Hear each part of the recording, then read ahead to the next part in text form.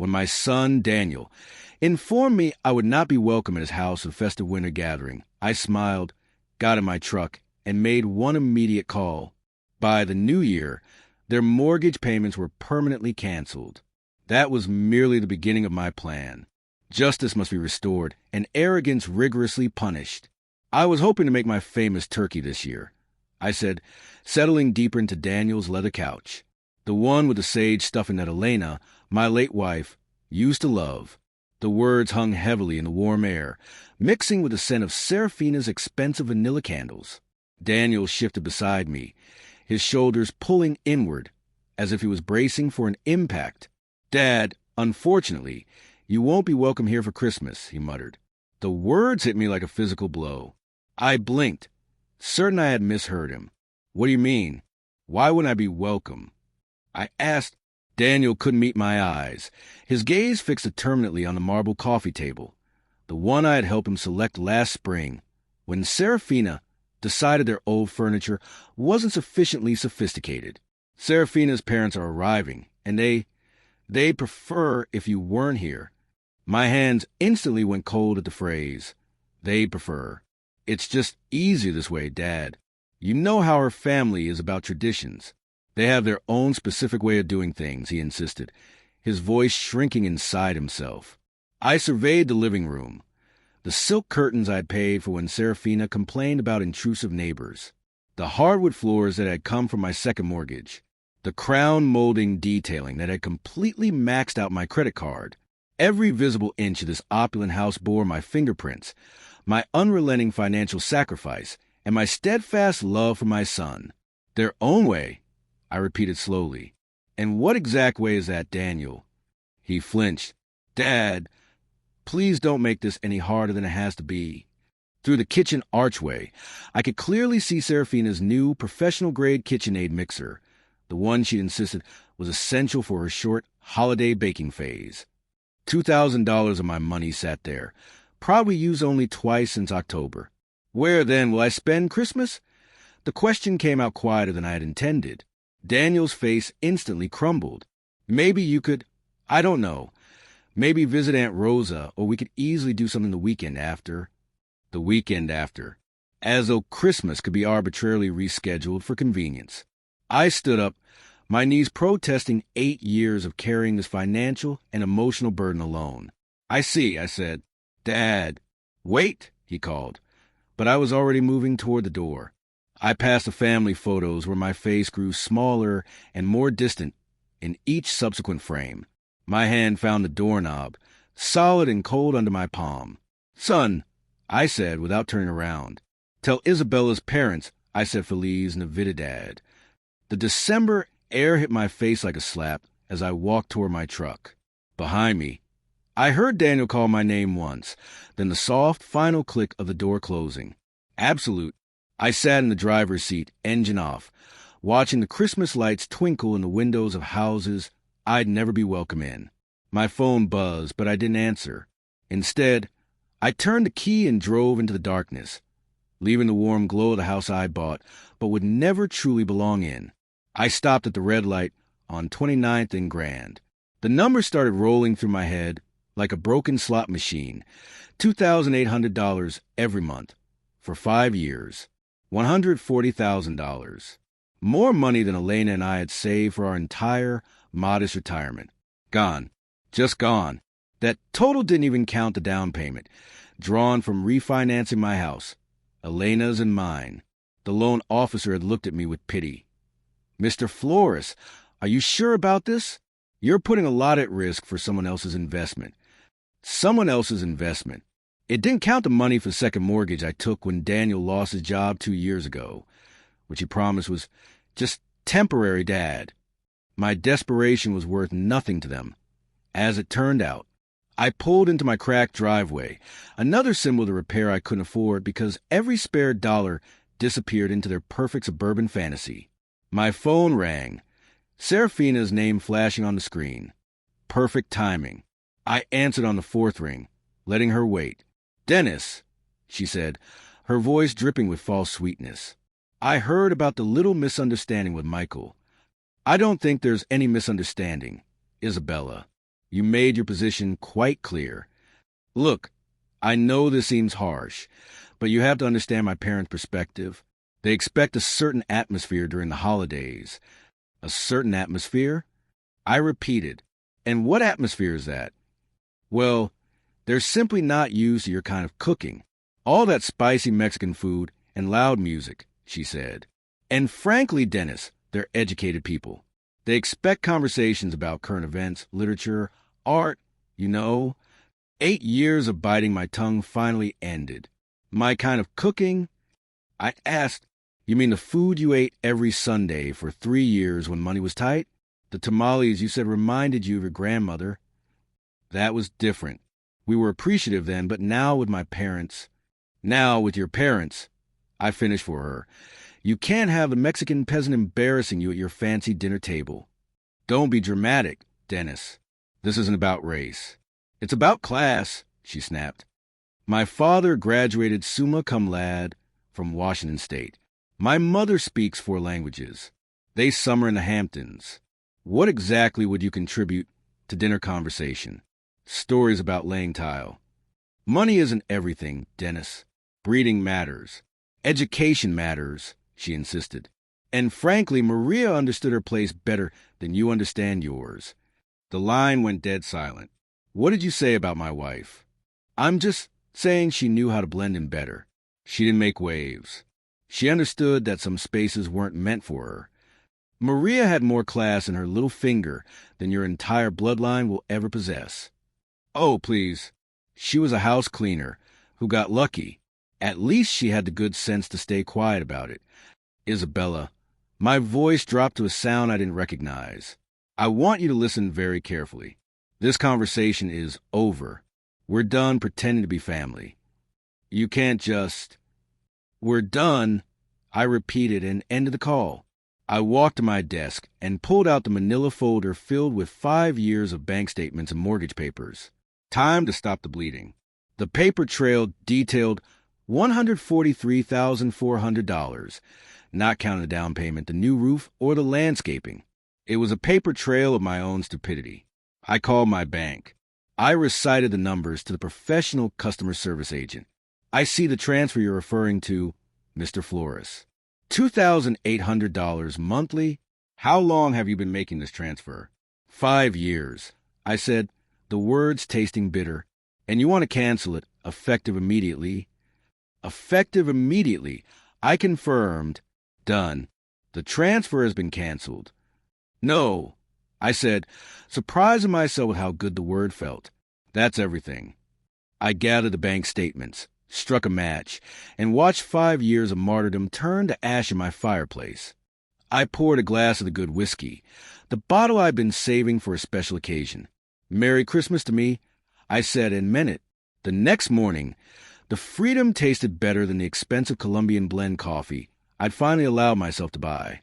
I was no longer calculating how much money would disappear in 3 days. My phone rang at 10:47 a.m. Serafina's name flashed. Dennis, she demanded, I need you to pick up my parents from Spokane Airport. Their flight arrives at 2 o'clock. Isabella, did you forget about our conversation yesterday? Look, whatever that was about, we need to focus on practical matters now. My parents need transportation, and you're the only one with time during the day. The audacity was breathtaking. And you're asking me because that's what family does, Dennis. They help each other. Besides, let's be honest here, you're not my rival. You're too weak to be my rival. So just get in your truck and pick them up. There was a final insult, wrapped in a command. What airline? I asked quietly. Alaska Air Flight 447. Baggage claim carousel 3. And Dennis, we're something decent. They noticed things like that. The line went dead. At 2:15 p.m., I was settled into my armchair with a fresh cup of Earl Grey. The answer to yesterday's crossword puzzle, delayed gratification, had been postponement. My phone buzzed. Serafina's name again. I let it ring. The silence felt earned. By 3:30 p.m., my phone had buzzed 6 times. I was organizing my junk drawer. The 7th call came at 3:45 p.m. from an unknown number. likely her parents. I let that one ring too. By 4:15 p.m., the phone was ringing constantly, like an angry wasp trapped against glass. I unplugged the landline and turned my cell phone completely off. I made myself a grilled cheese sandwich and heated tomato soup, comfort food I hadn't allowed myself in months. Outside, the winter sun was setting. Somewhere across town, three entitled people were arguing about taxi fare. The thought made my soup taste even better. At 5 p.m., someone started pounding on my front door, not knocking, but aggressively hammering, announcing pure fury. I walked slowly toward the sound. I opened the door to find Cody Jenkins's red face inches from mine. "What the hell is wrong with you?" he shouted, pushing past me. We waited at that goddamn airport for over 3 hours. Catherine followed him, her usually perfect hair disheveled. "This is completely unacceptable behavior from someone your age, Dennis. Absolutely barbaric." Serafina brought up the rear. "You humiliated us. My parents had to take a $40 taxi because you decided to—" "Excuse me," I said, my voice cutting through their rage. "You don't get to make demands here. Buddy, not after what you pulled today." "This is my house," I said quietly, "and I want you out now." Catherine stepped forward. "Dennis, you clearly don't understand the magnitude of your mistake. My husband has connections throughout this city. Business connections, social connections. You can't treat people like us this way and expect." "This was a lesson for you," I interrupted. "A lesson about your excessive arrogance and your poor treatment of people you consider beneath you." "A lesson? Who do you think you are to teach anyone anything? You're nobody. I'm someone who finally stopped being your personal bank account and taxi service." I held the door open wider. "The lesson is over. You can leave." Cody jabbed a finger toward my chest. "You have no idea who you're messing with, old man. I know people, important people, people who can make your life very, very difficult." "Is that a threat, Mr. Jenkins?" "It's a promise," he whispered menacingly. "You think abandoning elderly people at an airport is just something you can do without consequences? You're about to learn exactly how wrong you are." Catherine nodded. "Indeed, actions have consequences, Dennis, and yours will be quite public." They filed out, but Cody turned back at the threshold. "You'll regret this. I guarantee it." I closed the door, turning the deadbolt with a satisfying click. Their parting words echoed. Public consequences, important people, connections. 3 days later, I was reading the spoken review when I saw my own face staring back at me from page 3. The headline read, "Spoken businessman abandons elderly couple at airport during holiday storm." The story claimed Cody and Catherine Jenkins were maliciously left stranded for over 4 hours. They alleged they waited, in frigid temperatures, as a winter storm warning was issued for the region. Winter storm warning? It had been 52 degrees Fahrenheit and sunny. Cody Jenkins, a retired banking executive, claimed I had an erratic pattern of behavior and expressed concerns about my mental state. There was no mention of the Christmas rejection or the years of financial exploitation. I was a villain who abandoned poor elderly tourists during a blizzard that existed only in Cody's imagination. I recognized the strategy. Cody had called in favors, using his banking connections to get the story placed exactly where it would inflict maximum damage. They had declared total war. I opened my laptop. Cody Jenkins, retired First National Bank manager, treasurer of the Inland Northwest Business Leaders Association, a man with a lot to lose. Catherine's Instagram showed her blessed life, all built on other people's money, including mine. Serafina's Facebook bragged about our beautiful home and our hosting skills. The final piece was on Daniel's LinkedIn. His recent activities showed a connection to Patricia Morrison, the Spokane Review lifestyle editor who wrote The Hit Job. The story hadn't just appeared. It had been carefully and deliberately planted through Cody's connections to the editor's supervisor. Amateur hour. I opened a new document and began compiling a timeline. 5 years of financial support documented with bank statements, receipts, and canceled checks. The down payment, $47,000 for my home equity loan. The kitchen renovation, $18,000 for my credit card. 60 monthly mortgage payments of $2,800 each, $168,000. In counting, $250,000. The total reached $237,468. I compiled 12 copies of the evidence packets, placing the newspaper article with my handwritten notes, lie, false, missing context, on top of each stack. December 24th was circled in red. Serafina was hosting Christmas dinner for 12 people, precisely the kind of social circle that read the newspaper. At 6:30 p.m. on Christmas Eve, I drove to Kendall Heights. Their house glowed with warm light. I let myself in silently through the unlocked front door. I heard Catherine say, "But, darling, that's not how we do things in our family." I walked into the dining room, carrying my briefcase. 12 faces turned toward me in shock. Michael's face went pale. "Good evening, everyone," I said calmly, setting my briefcase on the marble sideboard. "I hope you don't mind me briefly joining your Christmas celebration. Dennis, this is completely inappropriate. You need to leave immediately." Serafina shouted. "Actually," I said, opening my briefcase, "I think your guests deserve to know who really paid for this dinner, this house, and this lifestyle you've been showing off." I moved around the table, placing a packet of documents in front of each guest. "Here are the bank records," I explained. 5 years of financial support, $168,000 in mortgage payments alone, plus the down payment, renovations, furniture, appliances, everything you see around you. The room went completely silent as 12 people absorbed the undeniable proof of my generosity and their deception. "Outrageous," one woman finished. "Isabella, why didn't you tell us any of this?" "It's more complicated than it looks." Dennis volunteered to help us. "We never asked." Serafina insisted. "Actually," I interrupted, pulling out the newspaper article. "Let's talk about what you did ask for and what you strategically told the media about me." I placed the copies on the table. "Let's talk about the real manipulators in this family. Mr. Jenkins here used his banking connections to plant this story." I tapped the paper.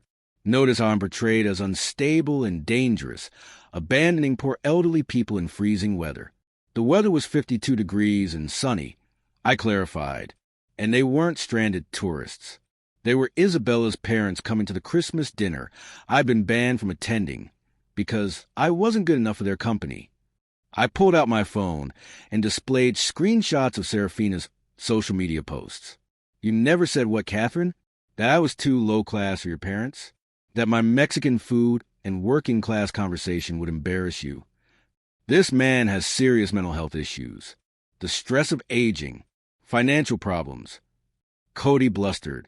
"Mr. Jenkins, I've been supporting your daughter and son-in-law to the tune of nearly $3,000 a month for 5 years. The only financial problems here are the ones you're about to have." I addressed the table. "These people have taken $200,000 from me while calling me names behind my back. They banned me from family gatherings, and when I finally stood up for myself, they tried to destroy my reputation in the newspaper." Daniel spoke in a whisper. "Dad, I didn't know about the newspaper." "Your wife knew," I said quietly, "and her parents orchestrated it. They turned me into a villain for refusing to be their personal ATM and chauffeur. This is unconscionable," an elderly woman in pearls declared. "Cody, how could you let your daughter take advantage of this man's generosity, then attack him publicly when he stopped enabling it? He abandoned us at the airport." Catherine insisted. "After you told me I wasn't welcome at Christmas dinner because my presence would be inappropriate for your parents," I stated calmly. "After 5 years of paying their bills while you looked down on me for my ethnicity and education level. This stopped being a family matter when you made it public." I said firmly, "I wanted you all to know the truth before you read about Dennis Flores in the paper again. Because you will read about me again, but next time it'll be the real story." I closed my briefcase. "Enjoy the rest of your dinner. It's the last one I'll be paying for." As I walked out, I heard the eruption begin behind me, the sound of the social facade falling apart. It was the most beautiful Christmas music I had ever heard. The certified letter arrived on a Tuesday morning in March. Notice of default. Final demand for payment. 3 months of missed mortgage payments had caught up with Daniel and Serafina. $8,400 in arrears. Daniel knocked on my door that Thursday evening. He looked profoundly aged, his expensive suit wrinkled, the smell of desperation clinging to him. "Dad," he said, "we need to talk." He looked around my house, noting the new furniture I'd bought with my first mortgage-free paycheck. "Nice place," he said quietly. "It's what happens when you spend money on yourself instead of people who don't appreciate it." I replied, "Dad, I need you to know how sorry I am about everything," he pleaded. I didn't know about Cody planning that story. The things they said about you behind your back, about Mom's memory. And what exactly did they say about your mother? "That she knew her place better than you knew yours," he mumbled. "I should have defended you years ago." "Yes," I said simply. "You should have." "The house is in foreclosure now," Daniel admitted. "We can't make the payments without my help." I finished for him. "Do you know how much money I sent you over 5 years?" He nodded. "Over $200,000. $237 for 68. I corrected. "I know the exact amount because I finally did something I should have done years ago. I added it up." "You can't fix it, son. That money is gone. But more importantly, those years are gone," I said. "Is there any way we can start over?" he asked, a flicker of hope in his eyes. "Are you asking me to resume the mortgage payments?" The hope died. "We're going to lose everything, Dad." "You'll figure it out," I said, not unkindly. "The same way I figured out how to live without a son who respected me." He started to cry. "I lost you, didn't I? I chose him over you, and now I've lost you forever." "Daniel," I said finally, "you didn't lose me. You gave me away. There's a difference. Is there any chance you could forgive me?" "I forgave you months ago," I said, and meant it. But forgiveness doesn't mean going back to the way things were. It doesn't mean I'm going to resume paying for a lifestyle that came with the condition that I be grateful for scraps of your attention. I walked to the mantel, where Elena's photo sat next to a new picture of me with Rosa and her family. "It means that if you want a relationship with me, you'll have to build it from scratch," I explained. "It means showing me respect instead of demanding I earn it. It means making choices based on what's right, not what's convenient." I turned back. "And it means that the next time someone, your wife or parents, anyone, tries to exclude me from family gatherings, you'll remember who actually acts like family." He asked quietly, "The house isn't my problem anymore?" "You're a grown man, Daniel. Figure it out like grown men do. Sell the house and buy something you can afford. Stop living beyond your means and expecting other people to subsidize your choices." He stood up, his shoulders straight for the first time. "Dad, for what it's worth, seeing you stand up for yourself at Christmas dinner, I was proud of you." "Good," I said. "Maybe there's hope for you yet." After he left, I stepped onto my back porch. I was done wasting my time. My phone buzzed with a text from Rosa. "Dinner Sunday. The kids want to show you their school projects." I smiled. Real family, it turned out, was something you found with people who actually wanted you there. Everything else was just expensive theater, and I was done buying tickets. The whiskey tasted like freedom,